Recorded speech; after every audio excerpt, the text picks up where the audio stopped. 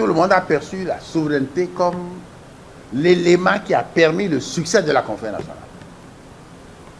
De bonne foi, hein? Mais depuis 35 ans, nous devons rectifier. Nous devons rectifier. Pourquoi?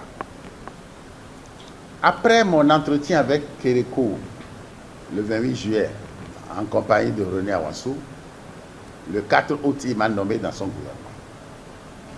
Il a nommé Awassou pour faire la vérification de la gestion des gens et poursuivre les détoureurs. Et moi, il m'a fait rentrer le gouvernement. Dans le gouvernement, comme ministre du Plan, j'ai d'abord refusé. Et puis après, j'ai dit, de me donner la nuit pour réfléchir. Et le lendemain, j'ai accepté et je suis rentré. Mais quand je suis rentré, je lui ai dit que je rentre sous les conditions que je lui ai données le 28 juillet. D'ailleurs, quand j'ai accepté, c'est la déclaration que j'ai faite à l'ANR, que je rentre, j'accepte le poste sous les conditions du 28 juillet. Et nous avons commencé à discuter en tête à tête. Lorsque Kérékou arrivait au bureau le matin, il m'appelait. Et lui et moi, on s'enfermait tête à tête dans son bureau. Tête à tête, dans son bureau. Et on discutait. On passait l'histoire de l'humanité en revue. Et la trame principale que je développais est que mon observation, parce que je suis juriste, mais je suis aussi politologue,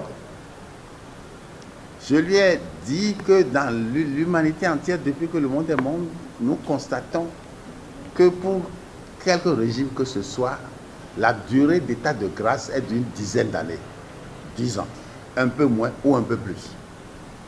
Et que sa révolution a déjà fait 17 ans et a échoué. S'il persévère, eh bien, il va avoir du sang sur les mains.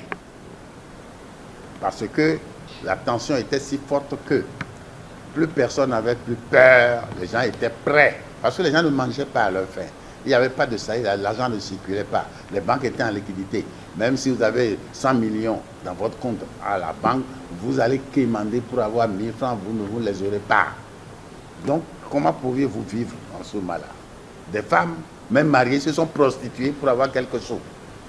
Voilà quelle était la situation. Donc, les gens ne peuvent plus rien refuser. Ils étaient prêts à aller se faire tuer s'il le fallait. Et si on laissait